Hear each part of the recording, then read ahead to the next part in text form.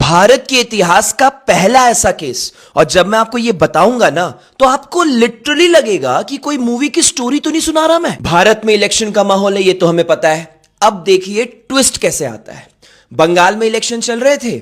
हर political party election campaign के लिए एक स्ट्रैटेजिस्ट रखती है जो उन्हें एक्सपर्टीज देती है कि इलेक्शन जीतने के लिए क्या क्या करना होता है।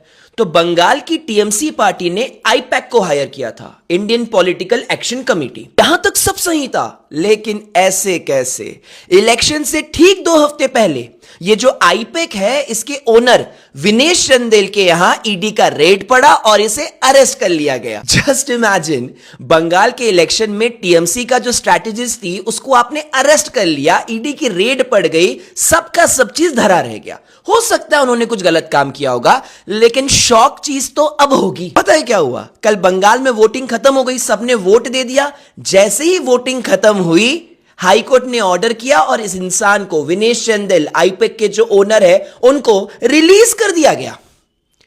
इससे भी कमाल बात, ईडी ने ऑब्जेक्शन भी नहीं उठाया। आज तक का पहला केस, जब भी ईडी के अगेंस्ट गया है, ईडी ने हमेशा ऑब्जेक्ट किया है। जब कोर्ट ने अरविंद केजरीवाल के सपोर्ट में दिया था वर्डिक्ट, तब भी ईडी गई थी अगेंस्ट में। लेकिन यह पहला केस है जहां पे ईडी ने कुछ बोला ही नहीं कि हाँ रिलीज कर दो कर दो कर दो। ये गुंडागर्दी नहीं है तो और क्या है?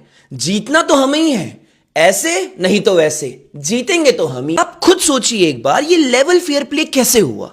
आप देखिए मीडिया को मोदी जी के एक एक चीज, एक्टिविटी का फुटेज है कि वो कौन से मंदिर जा रहे हैं, मंदिर में क्या कर रहे हैं, कहां फुटबॉल खेल रहे हैं, एक एक चीज कवर की जा रही है।